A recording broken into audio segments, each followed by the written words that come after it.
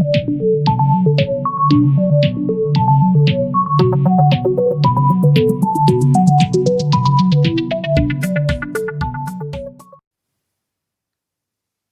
students, it's Miss Espinoza and I am coming to you with another video.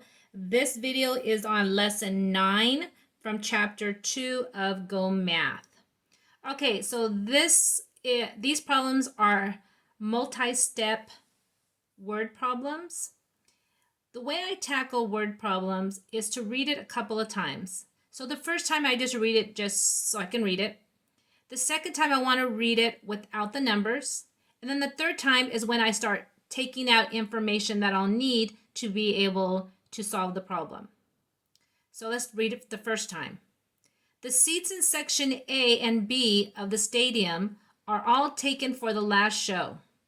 Section A has 8 rows of 14 seats each.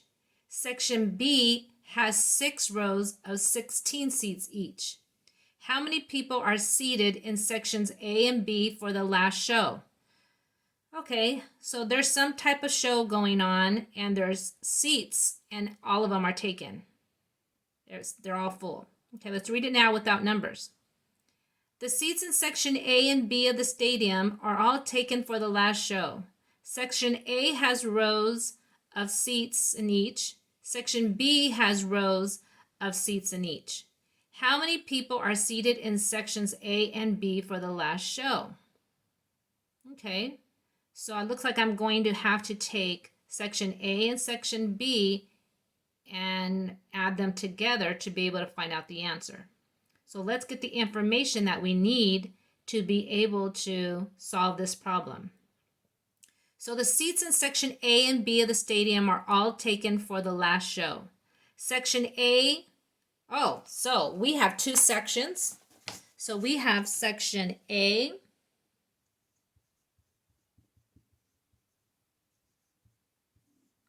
and section B.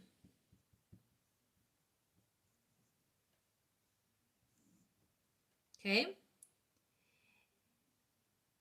In section A, there are 8 rows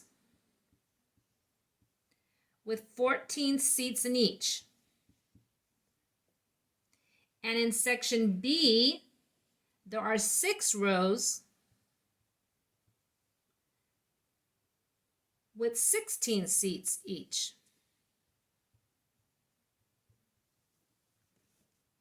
Now, I'm a visual learner. I like to draw pictures. So if I don't quite understand what it's asking or what's going on, I know there are 8 rows. 1, 2, 3, 4, 5, 6, 7, 8. And in each row, there are 14 seats. Each of these has 14. Okay, now I'm understanding. Over here, there are 6 rows. 4, 5, 6. And in each, there are 16 seats. Okay. Now the question's asking how many people are seated in sections A and section B. So it looks like we're going to have to add those together. Well, to find out how many seats are taken up in section A, we could either add all that together or we can multiply. Multiply the number of seats by the number of rows. Because there are 8 rows with 14 in each, so we can multiply. Okay, using partial products, 8 times 4 is 32. 8 times 10 is 80.